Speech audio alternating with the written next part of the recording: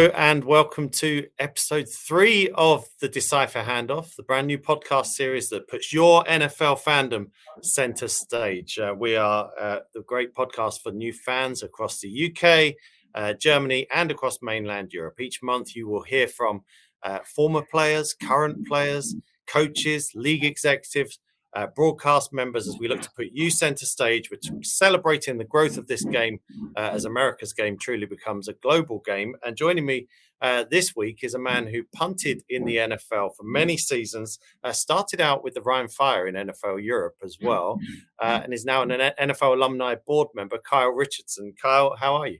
I'm great, Neil. Thanks for having me. This is an honor to be on and look forward to revisiting some of my past that did bring me to Europe. Yes, let's do one of the most recent past things first, though, because you punted a few footballs in your time. And of course, we've just had Super Bowl 57, which featured a huge punt return from Kadarius Toney, maybe for the Chiefs, maybe shifted the complete momentum of that game. As a punter, did you feel for Aaron Sipsis from Australia as he booted that one and then watched it come straight back down his throat? Yeah, that's true. That's a helpless feeling. You know, sometimes it's like the Red Sea is partying and you can't do anything to stop it because those guys are coming so fast at you, and you're at ground zero.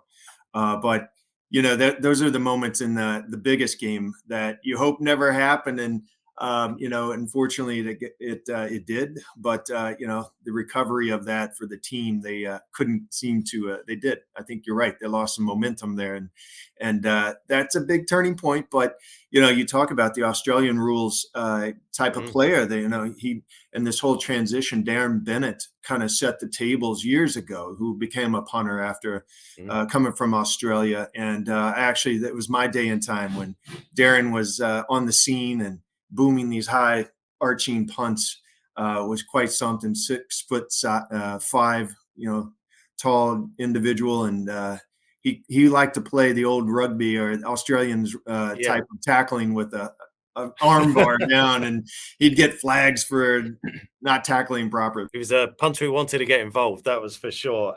Let's talk about your journey a little bit then, because obviously you went college football, and then you found yourself with the Rhein Fire in NFL Europe. And I enjoyed watching you. I enjoyed writing about you. We'll get into that in a second. But yeah, how did you make your way to Dusseldorf, Germany? Yeah, you know, it's kind of a long, winding story, but there's a lot of my type of stories in the NFL. You know, you find yourself after leaving college and maybe you weren't drafted, which most kickers and punters in the NFL are not. The teams would not put a draft choice on a kicking position, and we all know that. So we kind of have to find our way in. And I was actually fortunate to have a college coach that became an NFL coach, a guy named Ray Perkins.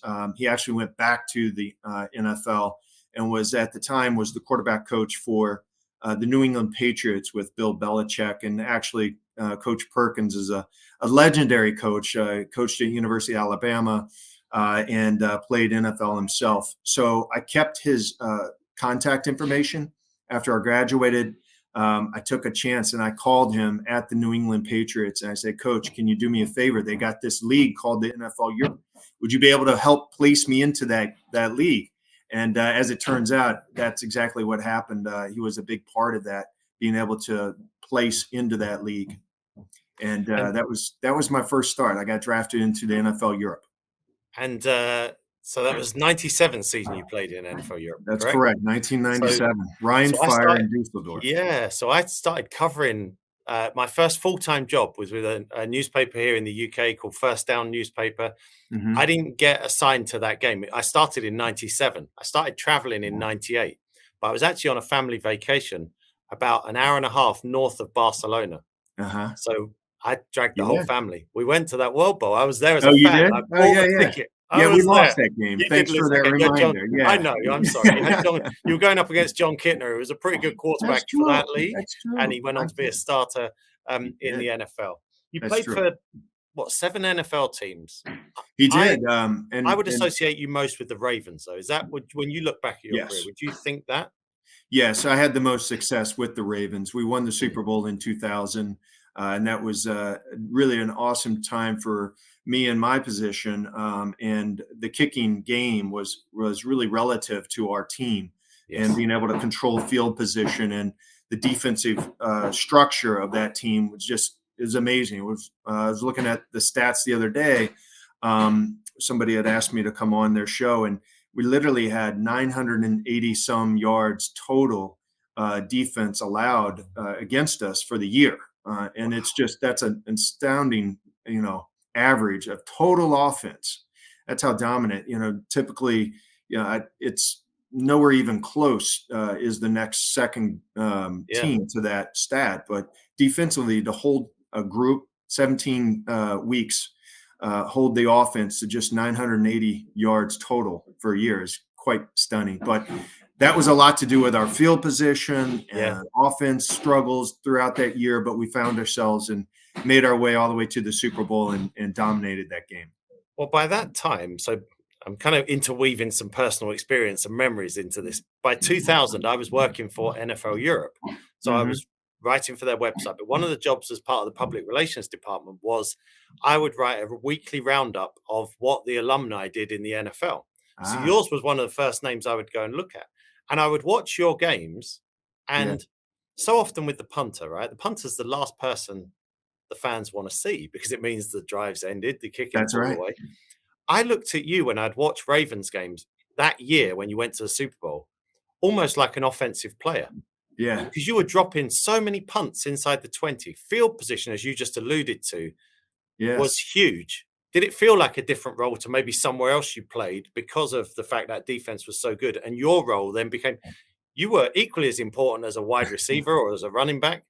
Yeah, no, you're right. I was considered part of the defense in that regard. Right, yes. Tony Saragusa, my good friend that recently passed away, unfortunately, last summer, he would call me the 12th guy. He'd almost call me a football player, but he'd stop short of that. And he was a fun guy. But no, they're just so truthful. Marvin Lewis came to me prior to that year. He said, Kyle, field position. We don't know what kind of offense we're going to have, but we know what kind of defense we're going to have. And between Matt Stover making field goals and the punts and the field position, I ended up leading the league for most punts inside the 20, which is an interesting stat within itself for the NFL.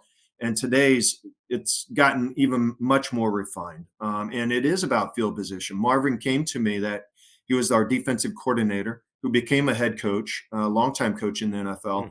But at the time, he said, Kyle, if you get the ball inside the 10-yard line 90% of the time, statistically, just as historic, that team would not score on the offense or on the next play in the defense.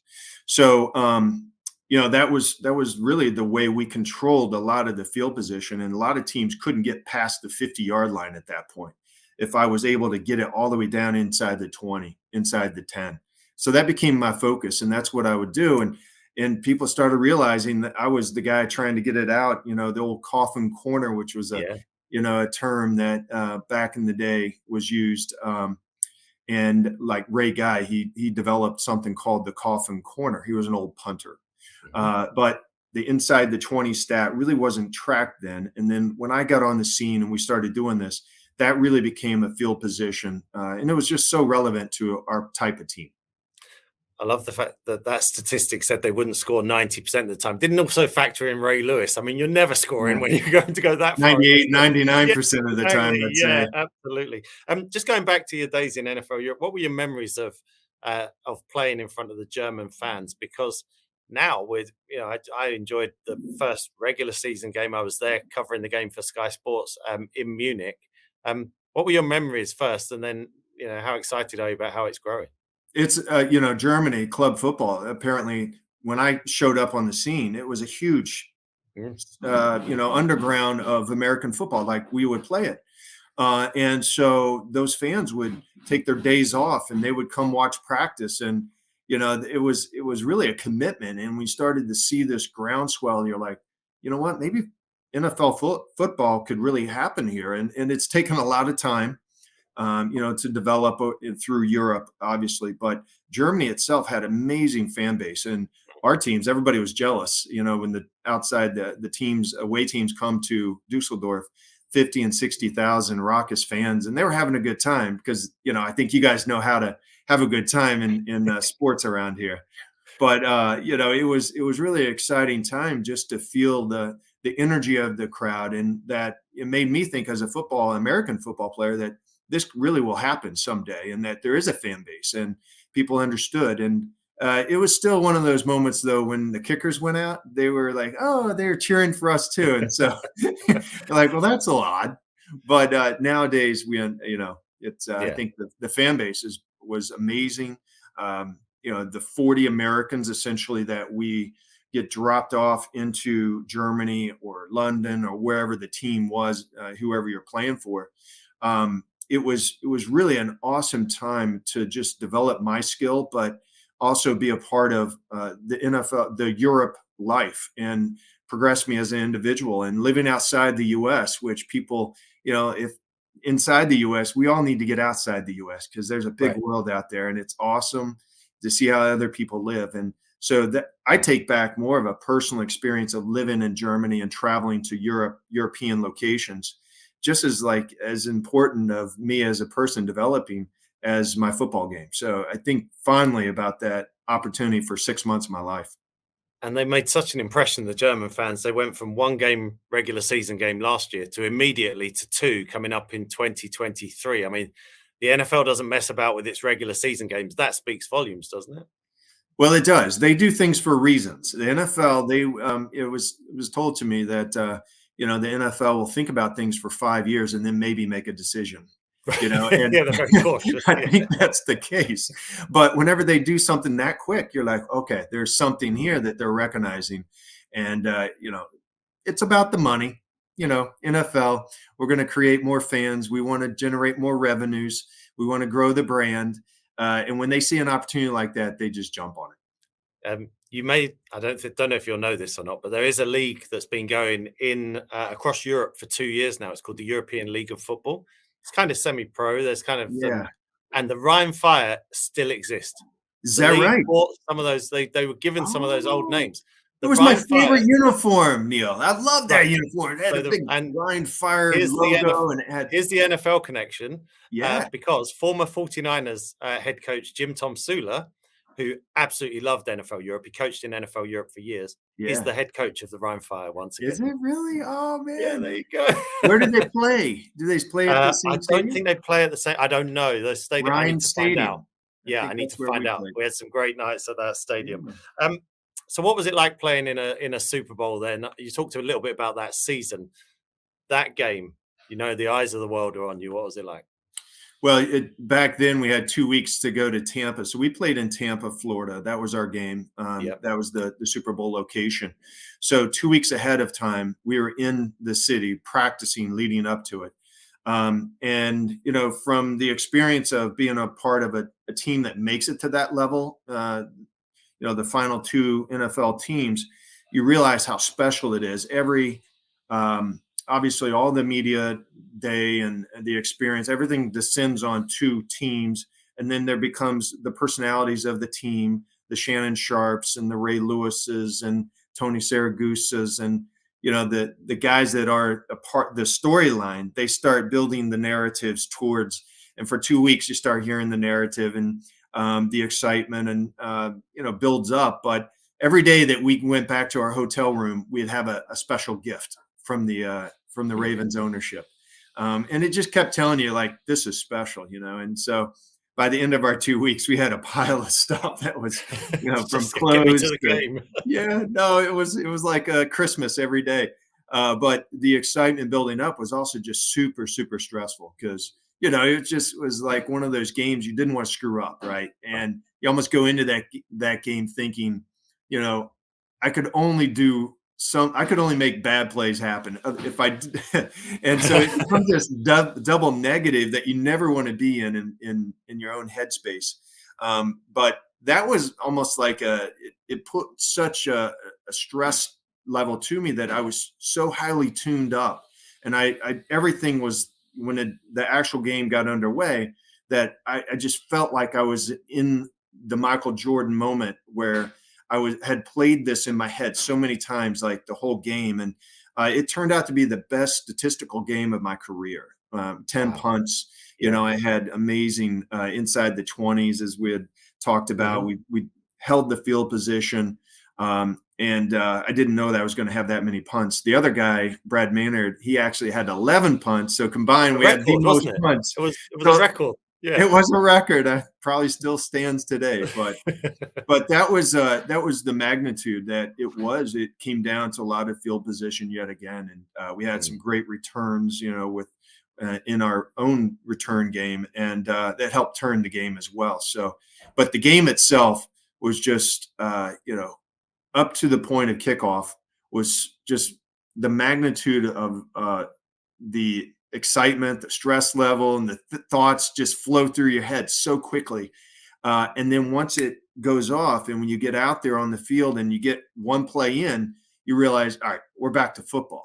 And so then it became this like I'm playing the same game. But leading up to that, it was hard to control a lot of your mental thoughts, but we got through it.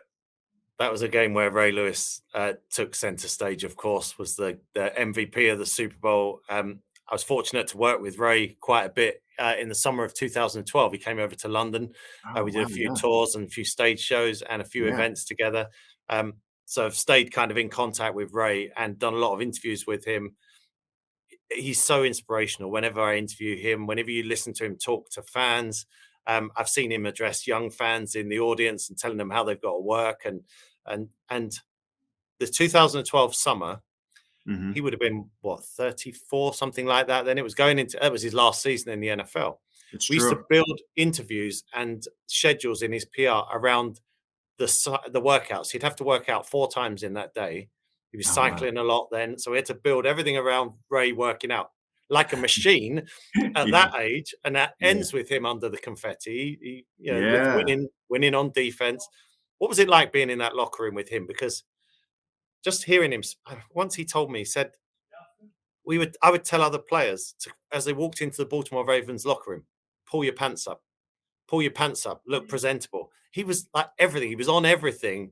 What was he like when he was, because he would be uncensored in there. He's not like when he'd being interviewed by me. What was it like? No, he was a micromanager, right? He was one of those guys. I saw Ray from the young Ray transgress all the way through some issues in the past and then become a different, take his career towards a different point of view and the way he was. And and working out and listening to a Shannon Sharpe and Rod Woodson and some of those veteran guys that stepped in the years 1999 to 2000. I believe those guys had an amazing influence on him of, the Rod Woodsons that would have a regiment of a routine that at that point, I think Ray and a lot of us learned, hey, this guy's after practice, he's going right in, doing some more workouts, finishing up his routine for the day. Shannon Sharpe brought so much of a regimented, he would make his own food. He would take his own clothes home and wash his own clothes instead of putting it in the bag for the rest of the equipment manager to wash. You talk about a super detailed guy. Shannon Sharpe was that. So I would say Ray learned from a lot of different personalities and experiences that then built him all the way up to 2012. By then he was a machine. He really was. And people would just be able to grab onto his abilities and watch his way that he went forward in his football career. Yeah, he was fantastic to watch, fantastic to speak to and listen to as well, a real showman. Tell me about your work with NFL Alumni. You're a board member. Well, first of all, tell us what that role entails, and of course, thank you. After football is a big period for players. That transition, the lights go off. You're not in a locker room all the time. So first of all, tell us your role, and then we'll talk about transitioning out of the game. Yeah, so I'm on the board of the NFL Alumni Association, which is 38 chapters around the country that make up retired players. There are various groups that you could join when you retire as a former NFL player, but we're one that has been around the longest, since the late 60s. It was started by the NFL themselves. We are independently operated. We are a charitable organization, and we try to do good in each one of the chapter communities we live. Where I am, as I joined the board a few years ago, and I started recognizing we could do more in the transition of our guys, caring for our own. It's one of our own. That's one of our mission statements. So we're trying to build out more into the health and wellness regimen, and that's what I spend a lot of time trying to figure out how we look at gaps of care, use the benefits that we have, but life and the longevity of life. How do we prepare ourselves when we actually retire, and what does that playbook look like? So our NFL alumni is trying to take the mantle and do more initiatives. And when you retire, here's a place and here's the type of health and wellness that will help you with longevity of life. And if we do it right, which this launched 2 years ago, it's NFLalumnihealth.org, a separate microsite off of our normal site. If we do it right, we will help not only ourselves caring for our own, but the community as well. We all look at ourselves as, and we've demonstrated this in practice, as ambassadors. And our message, whenever we take it out and we learn about heart health, what are the signs of stroke? What should our families know? Well, once we are learning about that and once we are educated, we take that and we start telling other people. And it's amazing how many people want to hear more. And so if we can just engage with those type of programs that we are looking at health and wellness, being able to go out to the community and be ambassadors, we're helping ourselves, but we're also helping the community. And that's where we're headed. And it's so important, isn't it, to have that place where players can turn, because in the locker room when you were playing, Yes. Hey, I've got a sprained ankle. Go and see the trainer. I've got a cold. Go and see the doctor. Yeah, That's right. I need to get on the bus. Yeah, the bus is over there. You're looked after, and then So suddenly you're not. you're hovering right over the target, Neil. It truly is. And I've looked at this for a couple of years now. The concierge piece as a current player, when you're outside of that, of course, the NFL is not going to invest in a concierge. Like they're going to just, unless we made it an initiative with our CBA bargaining, which is something I'm arguing for, that we have a concierge. Like you never left the locker room. That's what you're talking about. That even for your family members. We're just going to do a few quick fire questions here. Best quarterback you've ever seen? Tom Brady. Yeah. That's an easy one, right? Saw one of his first games. Drew Bledsoe got hurt, and he was on the scene playing us a few weeks later. We start with an easy one there then. Favorite teammate? Tony Saragusa. Yeah. And Matt Stover is 1A right there too. What about your toughest opponent? What was a team that always kind Pittsburgh? Yeah, It was Pittsburgh. We built a love-hate, and I just was on with a reporter, a Pittsburgh reporter last week, and he made me remember how much our rivalry was really an awesome time in football, but we're trying to get back there, make the two teams relevant again. I've got listed here.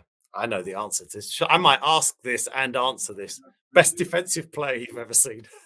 Ray. That's not hard. That's Ray Lewis. I mean, it was the desire, wasn't it? It was him. He told me that playing linebacker is about want to be first with the ball. Well, look, I mean, you got to start with the natural ability and his, what they call the sideline, his quickness. There's a pursuit angle in football. He was just, his abilities to just feel and see and sense and just react with that quickness. And then you develop the whole football IQ. It just was amazing. And we recognized early on this guy could run sideline to sideline quicker than anybody. And I'm going to finish up with, let's say you got $100 in your pocket. You can pay to go and watch one player in the NFL. Yeah, look, Patrick Mahomes is, you know what you're going to get every game. As long as he's healthy. Yes. The guy is like a magician out there. And he is, that Tom Brady level. And maybe he can get there in the career wins and Super Bowls and all that. You never know. Careers take turns. And if he can stay healthy, the guy is somebody I would pay money, $100, whatever it is, to watch him play.